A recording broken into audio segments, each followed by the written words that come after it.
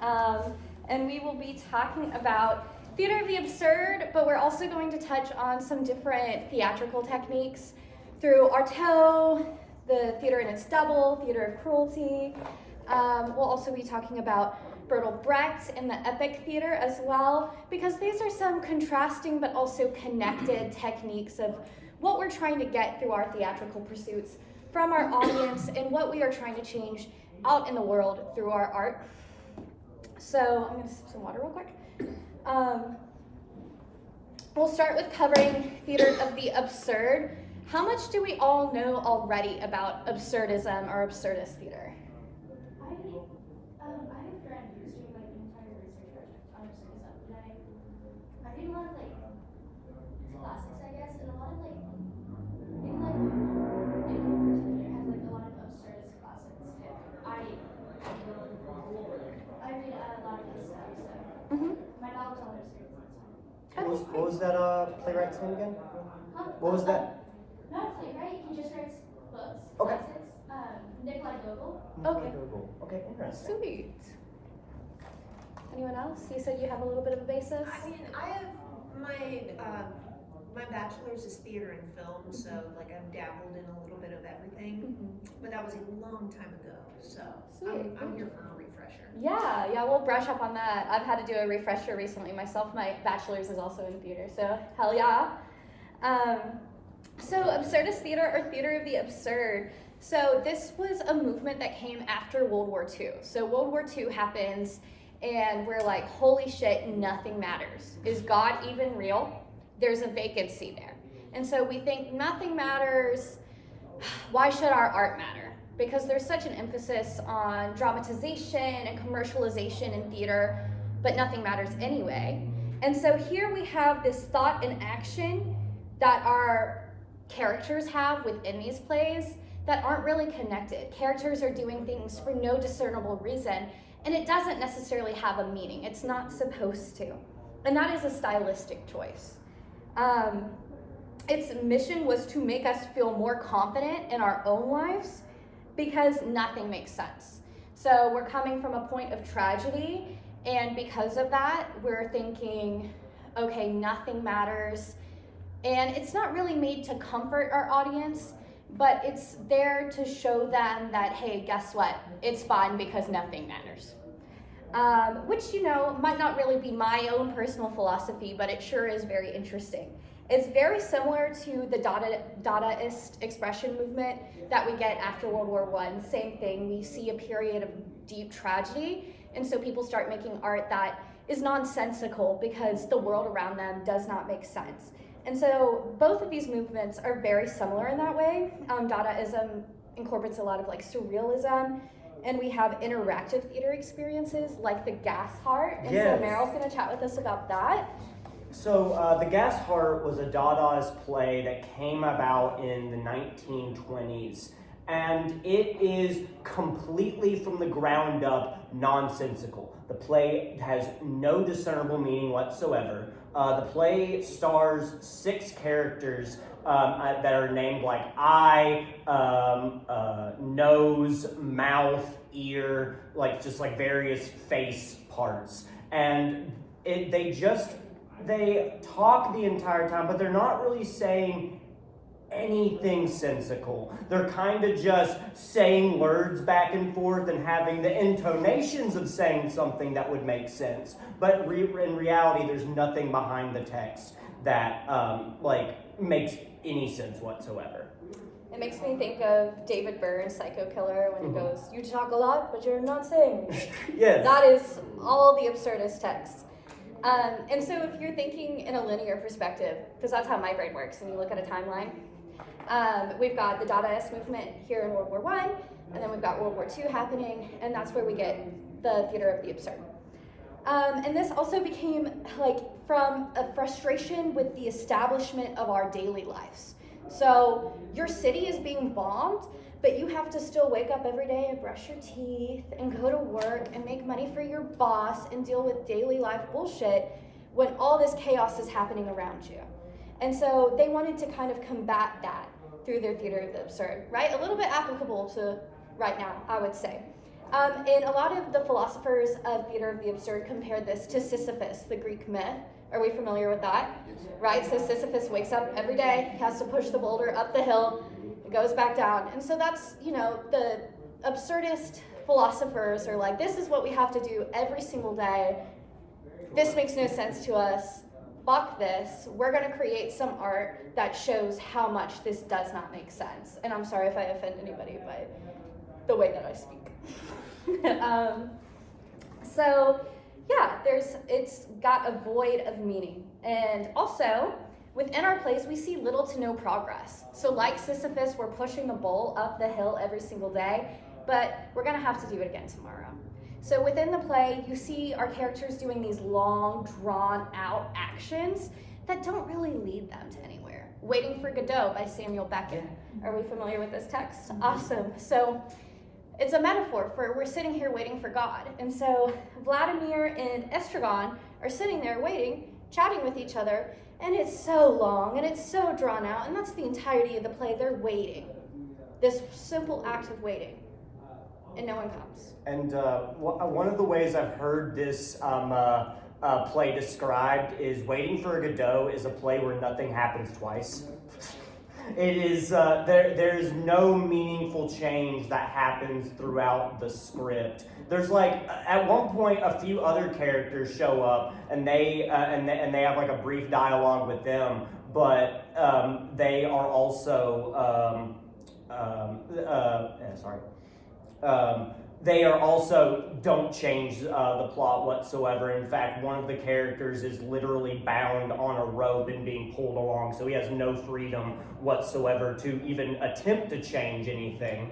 And that character, Lucky, the one that's tied up, he has an entire monologue that is just full of non sequiturs as well. So that ties back to some more themes of Theater of the Absurd. Mm-hmm. Definitely. Why do you suppose his name is Lucky? I thought about that a little bit when I was doing the play. I think my personal reading on it is because even though he is a character that is physically bound and like enslaved, he is the most free of anyone in the play because he just gets an opportunity to say anything that's on his mind. And that's personally my reading of it. That might not be the case. Samuel Beckett would probably shake his head and be like, no, that's not it, but before just not telling you what it is, because that's how Samuel Beckett operates. There's certainly something in that name, though. Like, Yeah. There's so many implications from that.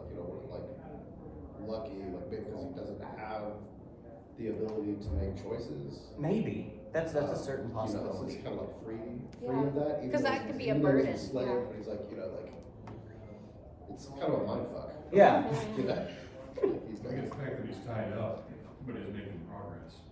Even though he's bound, he is being directed. That's true. I think it's He's almost a little ironic. going somewhere. That seems to also fit into the themes we were talking about earlier, absurdism and how you aren't doing anything, right? Just existing. Yeah. Yeah. No, exactly. And so he's the lucky one because even though he is bound, he is the one making progress. And so he gets to kind of fight this status quo. And there's definitely a lot of irony to it with the name and his situation. So after this period of absurdism, in the 60s and the 70s, we get Edward Albee, who is personally one of my favorite playwrights. He uses Theater of the Absurd, but it also has a hint of realism. So I would say he's a postmodernist absurdist writer. So we get texts like Who's Afraid of Virginia Woolf, a classic one. I'm sure many of you have read it or seen material from it. It details a husband and a wife and their grueling, long time battle with their marriage, and they have a young couple come over, and it brings all these fears. And what's interesting about this text in comparison to texts of Beckett or texts of Printer and earlier absurdist playwrights, Albee, I feel like, has a lot more meaning to it. Yeah, definitely. So the original absurdists, they were like, none of this has meaning. You can't really get any kind of deep understanding from it because you're not meant to, you're not supposed to. But I would argue with Albie, his texts do have a lot of meaning that we can read from it, especially with our characters. One of my favorite texts from Albie is Seascape. Yes, I got to direct that one. I loved it. It's where some lizards come up to shore and they converse with a human couple, and it's so fun. But it also really has a commentary kind of like on xenophobia and exploring differences with other people. Gender roles too is really, really well played within Seascape. Yeah, definitely. Hello. Hey, come join us. The title was a bit Virginia Woolf, she's one of my favorite authors. You said that a lot of this was like inspired by the meaninglessness of life after all. One of Virginia Woolf's one of her books, Mrs. Dalloway, it's centered around the life of a upper class housewife during World War I. And I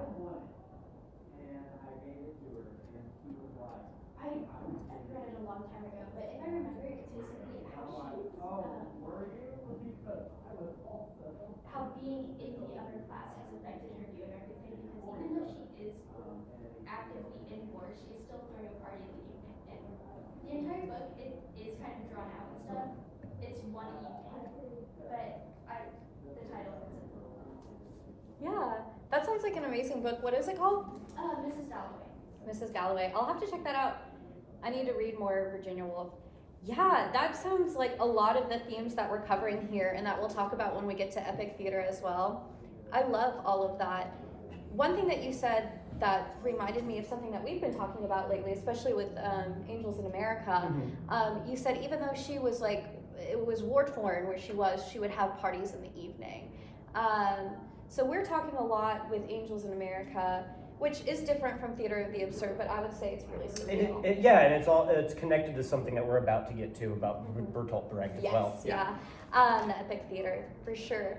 But there's a quote that just within my community I've been circulating a lot lately, especially with being queer, and that is, it's in the mornings it was during the HIV crisis. In the mornings we buried our friends, during the day we protested, and at night we danced. So throughout our lives we still have this celebration, and it's covered, which is kind of a little bit off track, but you said something that made me want to talk about that. And yes, the title, Who's Afraid of Virginia Woolf, within the text, I believe he's an English professor, George is. I think so. And so they just have this goofy little song, because I was always confused when I was younger and I first picked this up, because Virginia Woolf is an amazing author. And they don't talk about her too much in this play, but they have this cute little bit where they'll sing a song that goes, "Who's afraid of Virginia Woolf, Virginia Woolf, Virginia Woolf?" And so I think that's why they titled it the play, which is just even more absurd because it just comes from a random little song. So anybody who looks at this play is like, oh, it might be about that beautiful author. But Mrs. Galloway, I'll have to check out that book. Awesome. There's also another really good Albie play. I haven't read too much Albie, but there's this one called Three Tall Women that is really, really good. It's all about like these three women and during Act 1 that are just in just different stages of their life. One's in their 90s, one's in their 50s, and the other's in their 20s. But then in part 2, the other two actors playing opposite of the 90-year-old almost become like personifications of her when she was younger, and that one's a really good one. I highly recommend it. It's a really fun read. All right. Can you give me a time check, Merril? Yes, 2:17. Oh, great. Perfect. All right. So in these absurdist texts, we also have no solution. So just like the thinking of we're making no progress, our plays don't necessarily have a resolution. And there's not really a why. There's not really a logical reason why we're doing what we do and how we get there. There's also a lot of like threat of violence, especially within the action. Harold Printer, who is a playwright, was really famous for this. In his plays and his texts, the way that the actors performed it, even though there weren't necessarily any physical acts of violence, it's just the threat is always there. So I can be talking to you. Would you like a glass of water? It's just at any time. There could be the threat of violence, which probably goes to the influence being post-war.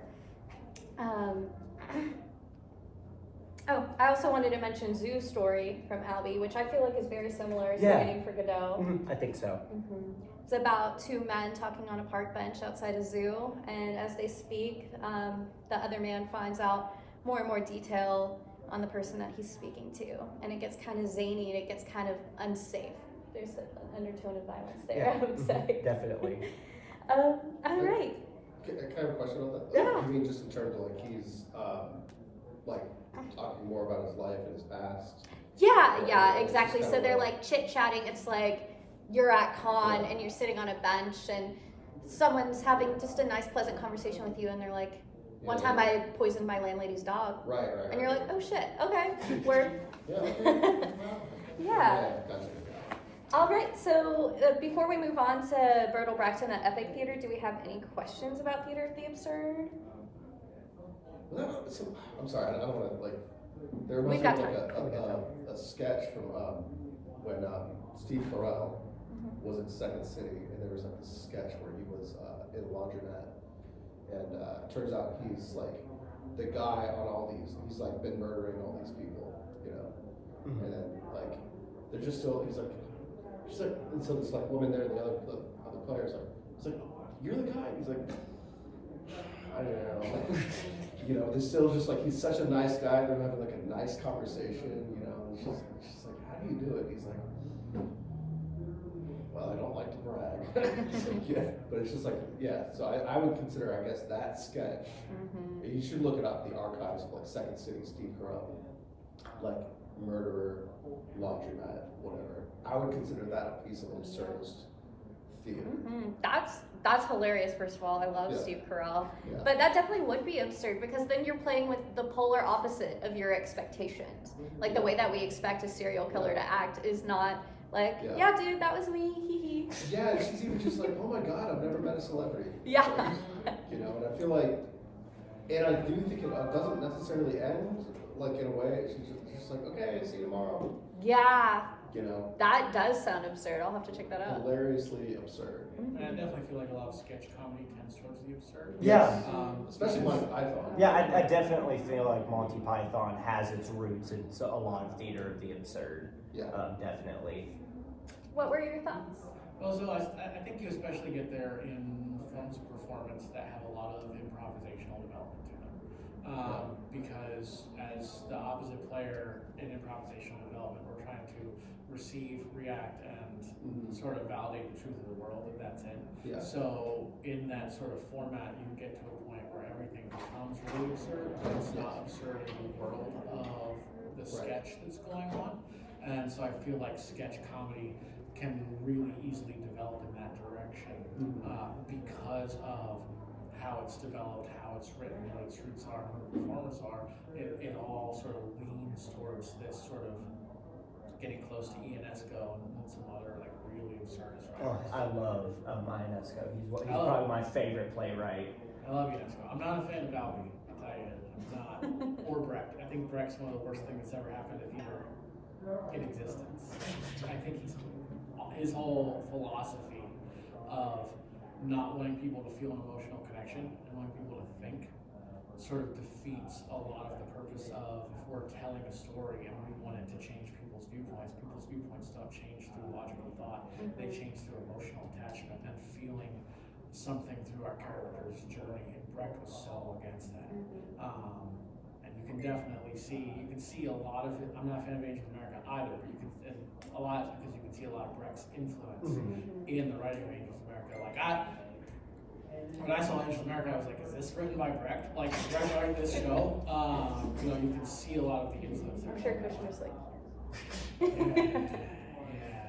Yeah. Well, in a lot of ways, Brecht failed at that mission too, because a lot of people found his work damn entertaining, and they probably felt a lot of attachment to those characters in that story. I agree, but it's not where we wanted. That's not where we wanted to go. But I think my biggest problem with Albie, I was on my way to my first professional job in theater, And as I'm traveling, there was an interview with Albie, and he just talks about how much he hates the American audience. Through the whole interview is, I hate the American theater audience. They're problem with this. I love the American theater audience. They're ridiculous. They're absurd. Yeah, they are. Absurd. It's really difficult Well, let's, to yeah. artists talk back out there, audiences. Yeah. Because the only reason that they have a career is because of said audience. Yep. Yeah. 100%. I think that a lot of times that could just be growing frustration too, or wanting to challenge the status quo. Once we start talking about Brecht and Artaud, we're going to start talking about their mission to kind of like derail the idea of the bourgeois theater experience, which is theater for just commercialization or entertainment. So I think when they're talking about the audiences, I mean, it's probably jaded too, and it's probably definitely a little bit asshole-ish. I think Albie was super jaded because he wanted to be as like particular as Beckett, but he's not as good as Beckett. All right. I think he was jealous of Beckett. I really do. Perhaps. But yes, so we'll find that these theater philosophers are really just trying to tackle the status quo with that, even though, yes, they might also be jaded. So we'll go into Brechtian theater now. Bertolt Brecht, the epic theater. This is a modernist perspective. His goal was to wake up the audience through political commentary. Here we have, he got his influence through working with Erwin Piscator? I think this. I have no idea. It's not Piscator. It's definitely not Piscator. Piscator, Piscator. They're German dudes. Erwin Piscator created a theater solely where he wanted to educate his audience on political standing. And this is during the Weimar Republic. Is anybody familiar with the Weimar Republic? So that is the state that we had in Germany right before the Nazi Party took over. So the Weimar Republic was less than perfect. A lot of people were left hungry. A lot of people could not make a livable wage. And so that's kind of the state where we are. So we have the Marxists kind of coming in and wanting to educate people. And so Brecht combined his philosophy on educating people in theater with Shakespeare and his love for the cabaret, some fanfare, and he created his own style of theater. He wrote Threepenny Opera, which was a huge commercial success. So that is why I say that Brecht failed at his mission, because he very much did not want this idea of dramatization where you're feeling what your character feels on stage. Instead, like if you were to compare it to a car accident and you watch a car accident, he doesn't want you to come out thinking, oh my gosh, I feel so bad for the victim, or I have this emotional feeling to what I just watched. He wants you to rationalize how we can stop this. And so that was his goal. He wanted his audience to leave thinking, I'm gonna change the world. This is not how things should be. And that's why it's impossible to not have those emotions, because if I'm going to watch a play, and if we're talking about Angels in America again, which we're gonna wrap into this a lot, if I'm watching Angels in America, I'm probably gonna come out of there maybe with an intellectual point of view, but I'm gonna be feeling a lot of anger, and I'm gonna be feeling a lot of sadness. So I do think that it is an impossible task to be completely void of emotion through like what we see, because art speaks so much to our feelings. But I do really appreciate Brecht's emphasis on wanting to stimulate our minds.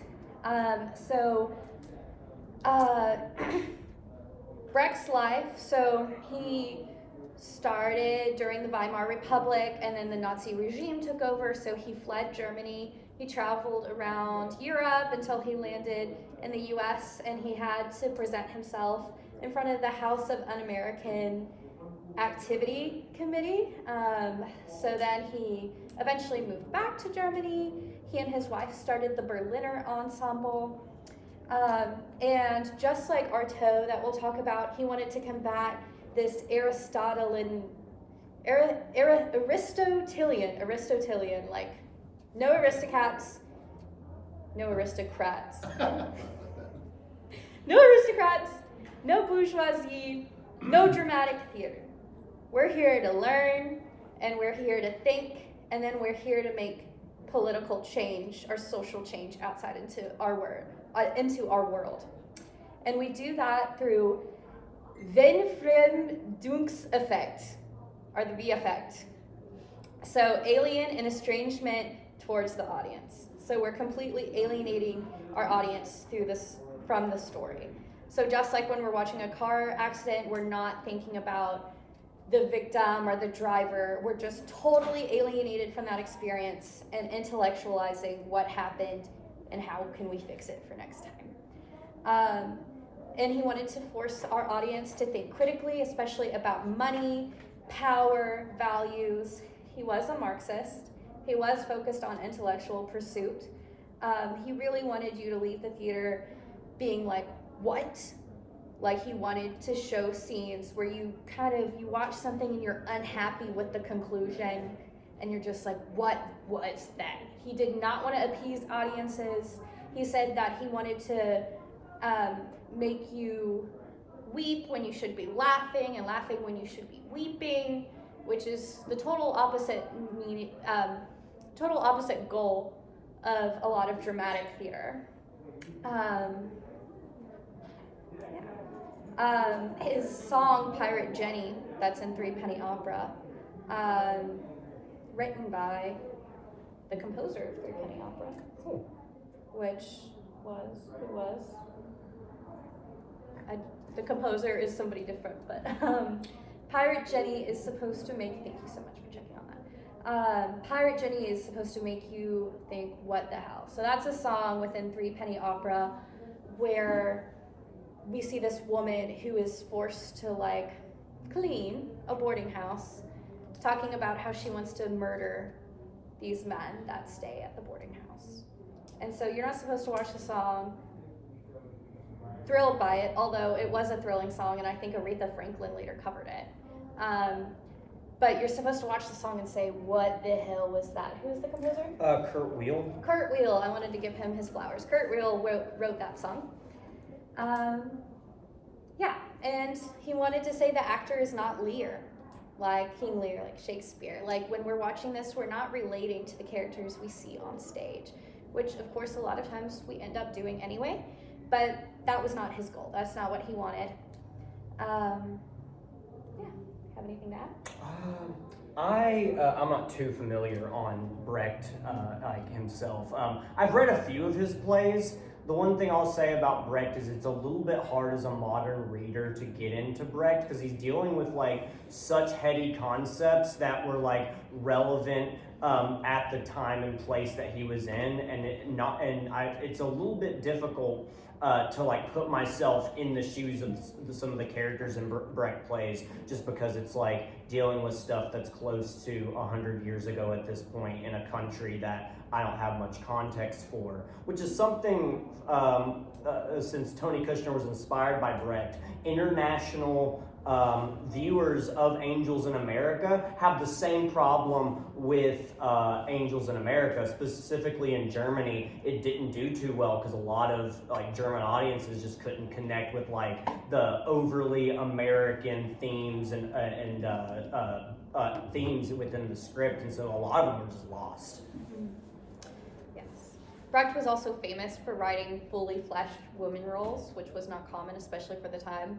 Although they do say that there were co-writers and co-collaborators that assisted Brecht that he never credited, including possibly women that he was involved with. So we theorize that maybe that's why he had such good three-dimensional women characters. He had this play called The Good Man of Szechuan, and within it, he writes what I think is like completely his mission statement, and we'll end the talk on Brecht, that section, with this. he says in the last words of the play, "You should now consider as you go what sort of measures you would recommend to help good people to a happy end. Ladies and gentlemen, in you we trust, there must be happy endings. Must, must, must." So, hearing that, he kind of wants you to go out and be the change in the world that you want to see. Does anybody have any thoughts on Brecht? Any opinions? Now that you hear his philosophy, do you agree, disagree? So the philosophy, like, go out in the world. Say it again. Yeah. You should now consider as you go what sort of measures you would recommend to help good people to a happy end. Ladies and gentlemen, in you we trust. There must be happy endings. Must, must, must. It's very Dr. Seuss. It is, but it's like putting so much onus on the audience, you know, which is Tony Kushner did something. it's kind of opposite of like normally you think of like just going to the theater, like, you know, like we're just going to enjoy. Yeah, this to thing. entertain, It's the kind comfort. of like some pressure, right? Yeah, he Yeah. wanted to put the pressure on you, yeah.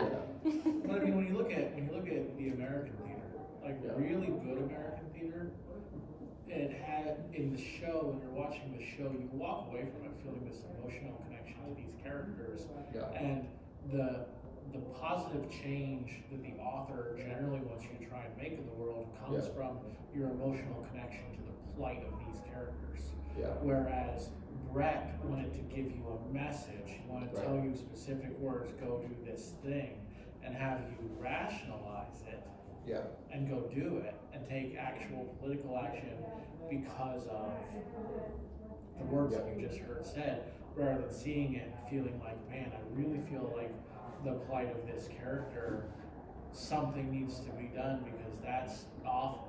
That's awful that this type of thing happens. And that's the positive change that a lot of playwrights that's how they handle wanting to see a big change in the world. I mean, I'm here for it. Like, Yeah. I want to expect that from the theater that I like. Yeah, I mean, when you see a show like Chairs, which is, to me, Chairs does the job that Angels in America doesn't do, as far as its messaging in the show.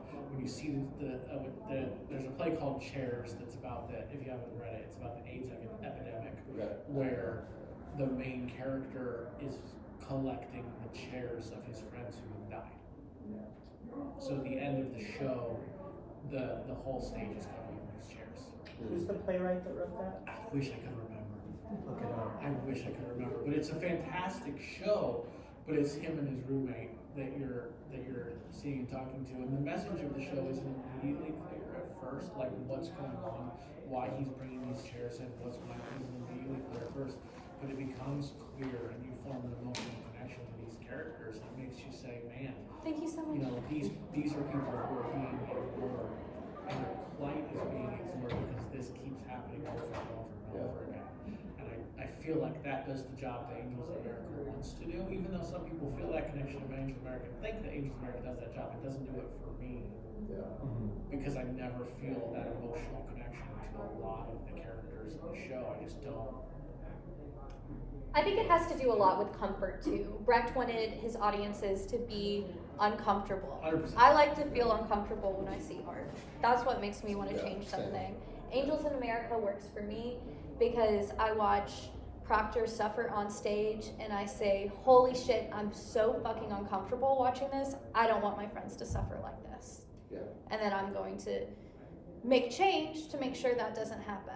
However, you can still have that effect by thinking, oh wow, like I feel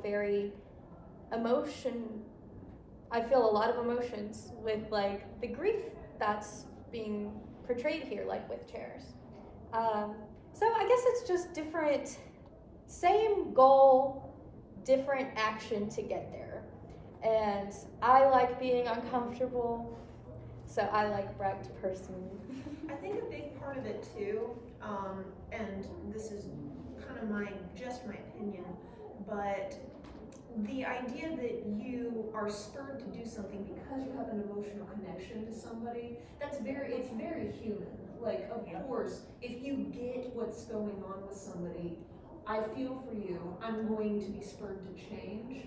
But on the other hand, if you don't have an emotional connection to somebody, but you still feel spurred to do something, that's incredibly admirable. It's not just, I empathize with you, so I will do the right thing. It's, I feel nothing for you, but I can still see that this is the right thing to do, and so I will do it, whether or not I relate to you. Mm-hmm. And this is going to be a vulgar phrasing, but when you have that disconnection from that character and then you still feel like, oh my gosh, I have to do something because I'm uncomfortable, it's going to light a bigger fire under your ass to go and make change.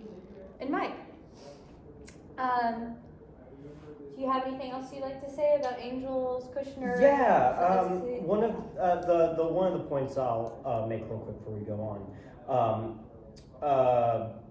Tony Kushner does something in Angels in America at the very end where a character, and I won't say which character it is just in case anyone wants to go out and read it, and spoilers, but there's a phrasing that several characters throughout the work say, and they say, there's a great work about to begin, which is the character at the very end gives this monologue to the audience, instructing them, hey, when this play is over, there's like a lot of work that we have to do to make the world a better place. And I think that's a very Brechtian style of presenting that idea. That I think it's done really well. It's one of my favorite monologues in all of theater. That monologue at the very end of Angels in America. It's very good. Oh yeah. All right, the Theater of Cruelty. So Antonin Artaud here, and this is in France after World War I. So if we have our timeline again, we've got the Dadaist movement post World War I. Artaud's philosophy is happening almost simultaneously with it. Then we have absurdism, and then we have the postmodernist absurdism with Albee. And then if you're wondering about Angels in America and Tony Kushner, that was early 90s, so that's even farther closer to the 21st century. So the theater in its double is kind of a confusing text. I will start with this paragraph, and then we'll break it down. So a lot of what Artaud is talking about here is that he was very inspired by a Balinese dance troupe and how they performed their art and their performances, and he wanted to bring that to French theater and Western theater. And so he says here, it is certain that this aspect of pure theater, this physics of absolute gesture, which is the idea itself, which transforms the mind's conceptions into events perceptible through the labyrinths and fibrous interlacings of matter, gives us a new idea of what belongs by nature to the domain of forms and manifested matter. Those who succeed in giving a mystic sense to the simple form of a robe, and who, not content with the placing a man's double next to him, confer upon each man in his robes a double made of clothes. Those who pierce these illusory or secondary clothes with a saber, giving them the look of huge butterflies pinned in the air, such men have an innate sense of the absolute and magical symbolism of nature much superior to ours, and set us an example which it is only too certain our own theater technicians will be powerless to profit from. So again, we're fighting the bourgeois theater complex. We're not here for commercialization. Could you give me a time check real fast, Merril? Yes, 2:42. Great, thank you. So Antonin Artaud was opposed to realism because realism had turned into dramatization. That was what we were going to the theater for, and we were getting nothing out of it. And Artaud's personal life was just as dramatic as the war-torn life around him. He had a near-death experience when he was young. He was in and out of mental institutions until he was then prescribed opium, which he then became addicted to. There were many times where he tried to cleanse himself of this opium addiction, and so he would take peyote and he would write these amazing texts post-peyote, and then he would get hooked on opium again. So he kind of was struggling internally to begin with, and I think that's where we get a lot of his philosophies and his ideas. He wanted to bring back magic, myth, and ritual to the theater. So if we think about our origins in Greek theater and Roman theater, it's all about the ritual, it's all about these mystical pursuits, and he wanted to see that more. But of course, this still comes from hopelessness because of his tragic past and the world around him. And because of this, he does incorporate a lot of violent gestures, so kind of like Theater of the Absurd and Harold Printer's work, there is like a lot of like jarring themes involved. And there's also a lot of dance. A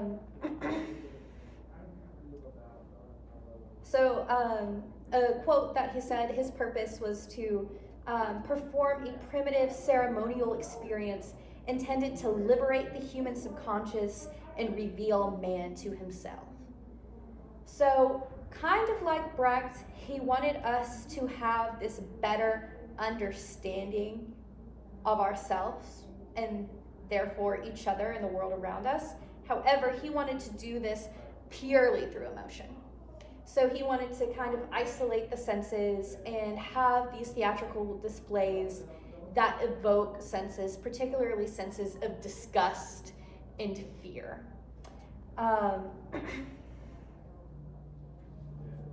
So he wanted to pull the theater from that stagnation and that bourgeois stagnation through hallucinations of fear on stage. I remember when I first studied theater history, something that my theater teacher showed me was an Artaud experience, and it was just this giant puppet. If I had a projector, I would show y'all now. But it's this giant duck puppet, and it's bleeding from its eyes, and there's just screams all around. And that's the kind of experience Artaud wanted to have. And I wouldn't say it's too intellectual, because what does that mean really? But you feel it, and you feel that it's terrifying. And that's what he wanted you to feel. So he wants to seize the spectator through jarring, violent imagery, because he wanted to shake up the complacent bourgeois system in this ritualistic-like manner. He threw out plot entirely. All of his theater is just bizarre spectacle, and he did this a lot through scene design and lighting, shadow play, puppeteering, so these giant puppets, or you would have this set and lights, and the lights would flicker, the lights would get dark, and you're just very uncomfortable. So you have these actors that play on these emotion and sensation, and he called actors the athletes of the heart. So unlike Brecht, it's not an intellectual pursuit. It's very much all about how we're feeling and how we're acting out, how we feel, and those violent impulses that we have. Hello. Is that wrong? It's about to be. It's about to be in about 15 minutes. Can we go ahead and come on? Yeah, come on Go in. ahead. Thank you. Question, I don't want to interrupt you or whatever, but like at what point does like an absurdist play become just a performance art? Yeah, that's a great question. I think they can go hand in hand. For me, performance art a lot of times can be long form or short form. A play for me would have characters and a plot and some kind of dialogue. Solo pieces can still be plays, but a lot of times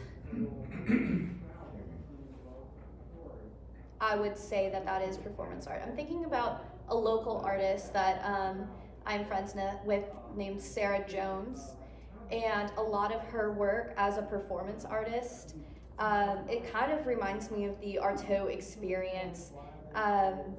I don't know if she would necessarily label it as absurd. I mean, she probably would use that word, although that might not necessarily be theater of the absurd. A lot of times she's cutting herself open. She pulls raw meat out of a skin suit.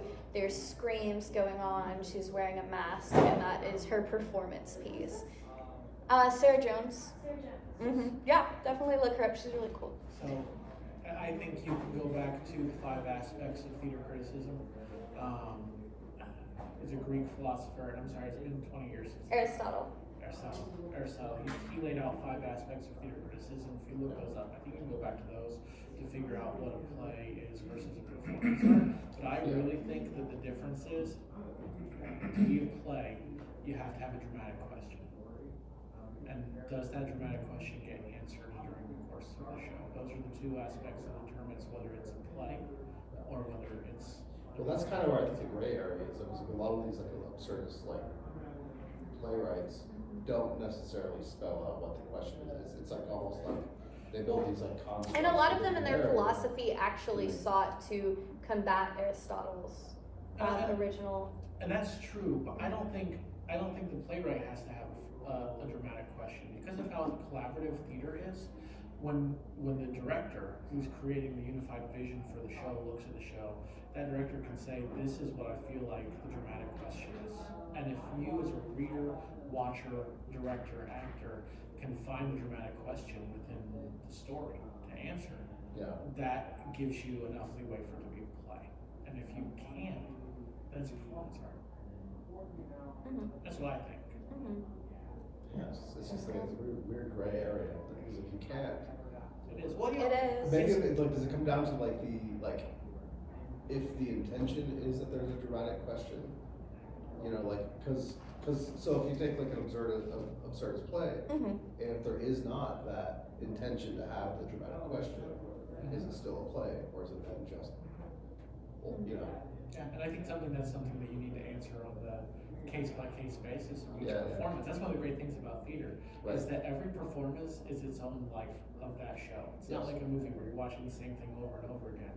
It's you're seeing that show have a different life every single time with every different thing, and it's so subjective. And, I think that's one of the greatest things about theater is how subjective it is. And like, you started your last statement off with, it's just my opinion, but you know what? It's theater. Your opinion's always valid. It being your opinion, it's perfect. It's theater. Mm-hmm. It's theater. You never need to justify that. What time is it? It is 2:50. 2:50. Okay. Yeah. The last point I had about here was with symbolism in Artaud's work. So I'll talk about this text that he wrote. He wrote a 3-page text that was detailing a couple on a bench, and then the apocalypse happens, and there's a stage direction that like two suns merge into each other and legs start to spin out of it, and then there's a lot of bugs and there's like scorpions, and it ends with a nurse coming onto stage, and she has scorpions crawling outside of herself, and that is technically a play. Because even though it's 3 pages and it's a lot of strange spectacle, there's characters, there's dialogue. Those are things that I would define. Like if there's a fully fleshed character, maybe not even fully fleshed. Like a beginning to an end.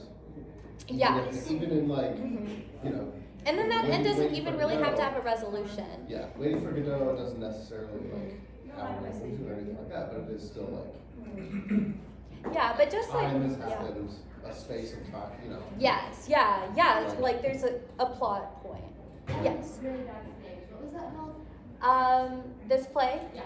I don't have it written down, but the Antonin Artaud is the playwright. So that's Antonin Artaud. Actually, yes, I do. It's called The Spurt of Blood. Thank you. Yes. The Spurt of Blood, which of course those were his creepy, violent intentions.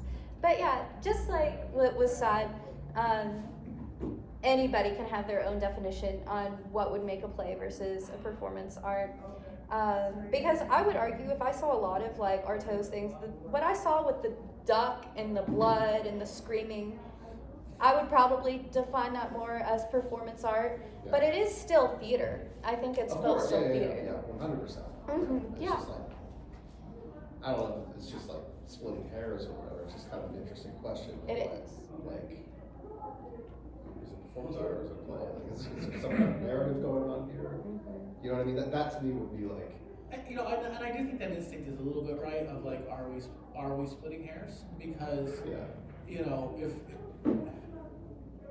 people are showing up to watch a performance, it doesn't necessarily have to be completely definable as a play. right? And it depends on what the goals of a specific production are, you know, and what that vision is going to be. So I think you're right there. That like sometimes splitting hairs doesn't terribly matter, and I think it can be theater without being a play. Splitting hairs can be so fun though. So I think we can all be our own little Aristotles and write down what we think a play is, and then we all have different philosophical It's a fun differences. question, That's right? what they Like, did. Yeah, right. Like, what is a play? What do we really mean? You know, like you brought up like a good, you know, like a dramatic question. I think that's, but I think you can bring up a dramatic question without having like zero plot and zero like that. I don't know. And I thought that was interesting what you said, that the playwright doesn't have to have the dramatic question, because that can be created by the director or by the actor. That is so true. But personally, as a playwright, if I ever wrote a text that didn't have a dramatic question, I would not be super happy with it. But there are playwrights apparently that are totally fine with it. Yeah, everything I've written has a dramatic question, but I'm totally with you on that. But yeah, it's quite frankly, I've had my shows produced, and if a director finds a different dramatic question, I'm fine with it. That's the life. That's how our theater lives and grows and moves on. Living, breathing peace. Yeah. Question. Yeah, absolutely. If the director wants it to be. Absolutely. I saw a production of my shows that they made choices that I absolutely would never have made directing that show, but it was one of the most perfect things I've ever seen in my life. It was absolutely phenomenal. Does that ever make you, and this is just a personal question, playwright to playwright, does that ever make you upset though? Do you ever have trouble letting go? No. I personally don't have trouble letting go. I'm a person, like, the reason I don't have any tattoos is because I love temporary art. I love art that lives for a period and then goes away. Mm-hmm. So that's something that's always driven me to theater, is I love the temporary nature of it, and the fact that it lives for a while and goes away, and then maybe it comes back some other time. I did one time change the ending of a show in the writing because I saw the production, and I was so emotionally devastated by the end of the at how the show ended and the directorial choice, that I was like, I was emotionally devastated by what happened to the characters, because in the script it was kind of ambiguous in the direction they went. I'm like, I can't leave my audiences with that. Yeah. Yeah. Like I was like the audience was like, wow, I thought that hurt. That hurt. And that's so cool that you could go back and change it, because Yeah. theater is a living, breathing piece. I'm a little bit of a control freak, so that's something that's my hurdle that I have to get over. I'm directing my own play coming up because of that, but eventually I need to let go of it. I think reading what Beckett and Albie have written about their shows made me go, I don't want to be that Yeah. playwright. So that has forced me to let go and be like, look, Yes. do what you need to do. Yeah. Sometimes we gotta drop the ego. That was a tarot card I got yesterday. All right, thank you so much for coming to our talk on Theater of the Absurd. We've got improv next, and then right after improv, we're doing the play reading workshop. So we'll be reading the text that I wrote that has a little bit of the absurd, but a lot of different mysticism. It is called Night and Day. It's about the meeting of the sun and the moon at the beginning of time. So if you're an actor, if you'd like to read, if you'd like to just listen, come back here in this room at 4 o'clock, and we'll be reading that text and workshopping it. And right now we'll have improv. So thank you all so much for coming to attend the panel. I really appreciate all of you.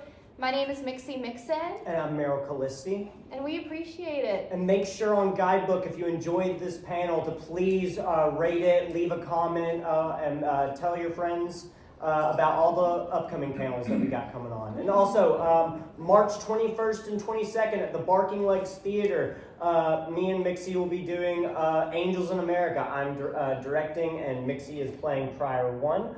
And it's going to be a great time. Show up to that, and yeah, have a good night. And if you are an actor, I have auditions for Night and Day, March 11th and 13th at the Edney Innovation Center here in town. Thank you guys so much. Oh, I didn't hijack too much. No, I love we love conversation. Yeah. conversation. If I were an in-town actor, I would absolutely.